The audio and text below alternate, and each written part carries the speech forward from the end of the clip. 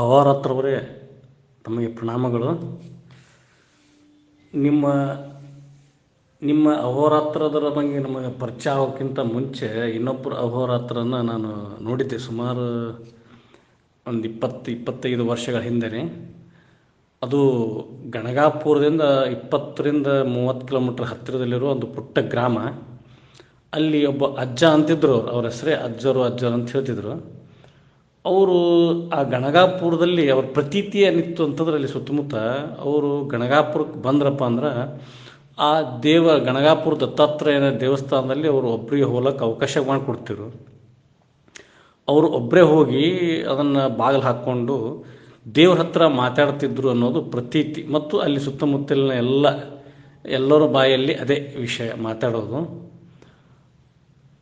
ಆದರೆ ನಾವು ಆ ಕಡೆ ಎಲ್ಲ ಬಾಗಿಲಿಗೆ ಕಿವಿ ಹೆಚ್ಚಿ ಕೇಳೋರು, ಕಿಟಕಿಯಲ್ಲಿನೂ ಸ್ವಲ್ಪ ಕೇಳೋರು ಇದ್ದಾಗ ಧ್ವನಿಗಳು ಮಾತ್ರ ಎರಡಾಗಿರ್ತಿದ್ದು, ಆದರೆ ವಿಷಯ ಏನೂ ಕೇಳ್ತಿರ್ಲಿಲ್ಲ. ಇದು ಅವರು ಆ ಅಜ್ಜರು ತಮ್ಮ ಊರಿಂದ ಅವರು ಯಾವಾಗ ಹೋಗ್ಬೇಕು ಅನ್ನಿಸ್ತಿತ್ತು ಅವಾಗ ಹೋಗ್ತಾಯಿದ್ರು, ದತ್ತಾತ್ರೇಯನ ಜೊತೆ ಮಾತಾಡ್ತಿದ್ರು. ಇದು ಈ 20-30 ವರ್ಷಗಳ ಹಿಂದೆ ನಡೆಯುವಂಥ ನಿತ್ಯ ಅವರು ಘಟನೆ ಆಗಿತ್ತದ. ಅವ್ರ ಹತ್ರ ಹೋದಾಗ ಜನರಿಗೆಲ್ಲ, ನೀವು ಯಾಕೆ ಬಂದಿರೋ, ನಾ ಏನು ದೇವ್ರನ್ನು ಹೇಳ್ತೀನಿ, ನನಗೇನು ದೇವ್ರತ್ ಮಾಡಿರಿ ಬೈಯೋರು. ನಾ ಹೇಳಂಗಿಲ್ಲ ಅನ್ನೋರು. ಆವಾಗ ಸುಮಾರು ಜನ ಬರ್ತಿದ್ರು ಅವ್ರ ಹತ್ರ. ಅವರು ಎದ್ದೋರಿಲ್ಲಿಂದ ಅಂತೇಳೋರು. ಕೊನೆಗೆ ಜನ ಆ ಕಡೆ ಬಾಜು ಅದು ಒಂದು ಪುಟ್ಟ ಗ್ರಾಮದಲ್ಲಿ, ಅದು ಹೊಲದೊಳಗೆ ಊರ ಹತ್ರನೇ ಊರಿಂದ ಒಂದು 100-200 ಮೀಟ್ರ್ ದೂರದಲ್ಲಿ ಅವರು ಹೊಲ ಇತ್ತು. ಹೊಲದೊಳಗೆ ಜನ ಕೂತ್ಕೊಳ್ತಿದ್ರು. ಮತ್ತೊಬ್ಬರು ಸರದಿ ಬಂದಾಗ ಹಿಂಗೆ ಎಲ್ಲರನ್ನ ಬೈತಿದ್ರು ಅವರು. ನಾನು ಅವಾಗ ಸುಮಾರು ಒಂದು 14-15 ವರ್ಷದ ಹುಡುಗಿದ್ದೆ ನಾನು. ಅವಾಗ ಅವ್ರನ್ನ ಕಣ್ಣಲ್ಲೇ ನೋಡ್ತಿದ್ದೆ. ಅವರು ಯಾರೂ ನಮ್ಮವರಲ್ಲ ಅನ್ನೋದೇ ಒಂದು ಕಣ್ಣಿನ ಆ ದೃಷ್ಟಿ ಇರ್ತಿತ್ತು. ಎಲ್ಲರನ್ನ ಅವರು ಬೈಯೋರು. ಆ ಕೊನೆಗೆ ಮತ್ತೇನು ಮಾಡೋರು, ಬಾ ಅವನಿಗೆ ಕರಿ, ಅಲ್ಲಿ ಕೂತ ನೋಡಲ್ಲಿ. ಅವರು ಕುಂತಿದ್ದ ಜಾಗ ಸತಿಗೆ ನೋಡ್ತಿರ್ಲಿಲ್ಲ. ಅಲ್ಲಿ ಗುಡಿಸ ಮುಂದೆ ಕೂತ ನೋಡು, ಗುಡಿ ಮುಂದೆ ಕೂತ ನೋಡು, ಅವನಿಗೆ ಕರೀರಿ ಅವನಿಗೆ ಅಂತಿರು.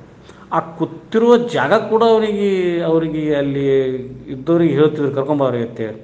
ಮತ್ತು ಅವಾಗ ಎದಕ್ಕೆ ಬಂದಿರಿ, ಏನು ಸಮಸ್ಯೆ ಎಲ್ಲ ಕೇಳಿ ಅದಕ್ಕೆ ಪರಿಹಾರನ ಕೂಡ ಸೂಚಿಸ್ತಿದ್ರು.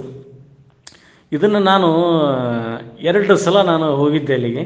ನಮ್ಮ ತಂದೆಯವ್ರ ಜೊತೆ ಹೋದಾಗ ಈ ಒಂದು ಘಟನೆಯನ್ನು ನೋಡಿ ನನಗೇನು ಇವ್ರ ಹತ್ರ ಬಂದಾಗ ಎಲ್ಲರಿಗೆ ಬೈತಾರಲ್ಲ, ಏನಿದು ಅಂತ ಒಂಥರ ನನಗೆ ಒಂದು ಕಡೆ ಆಶ್ಚರ್ಯ, ಮತ್ತು ಒಂದು ಕಡೆಗೆ ನನಗೆ ಅವ್ರ ಬಗ್ಗೆ ಒಂದು ಸ್ವಲ್ಪ ಏನೋ ಒಂದು ಭಾವನೆ ಬರ್ತಿತ್ತು. ಆದರೆ ಕೊನೆಗೆ ಅವ್ರು ಕೂತಿರೋ ಜಾಗದಲ್ಲಿ ಇರೋವಂಥದ್ದು ಕರಿ ಅಂತ ಹೇಳೋದು, ಆಮ್ಯಾಗ ಅವರು ಕೂತ್ಕೊಂಡಲ್ಲೇ ಅವರ ಮನೆಯ ಚಿತ್ರಣ, ಅವರ ಹೊಲದ ಚಿತ್ರಣವನ್ನು ಎಲ್ಲವನ್ನು ಅವರು ನಿಖರವಾಗಿ ಹೇಳ್ತಿದ್ರು.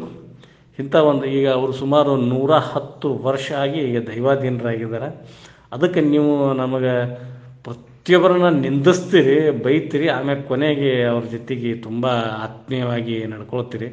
ಅದಕ್ಕೆ ನಿಮಗೆ ಈ ಅಹೋರಾತ್ರ ಆಗಿಂತ ಮುಂಚೆ ಮೊದಲೊಬ್ಬರು ಅಹೋರಾತ್ರನ ಭೇಟಿ ಆಗಿದ್ದೆ ಅನ್ನೋದೇ ಒಂದೇ ಈ ಒಂದು 2ಕ್ಕೆ ತಾಳೆ ಇದೆ ಅಂತ ಅನ್ನಿಸ್ತು. ಅದಕ್ಕೆ ನಾನು ನಿಮಗೆ ಈ ವಿಷಯವನ್ನು ಹೇಳಿದೆ. ಅಹೋರಾತ್ರ ನಮಸ್ಕಾರ.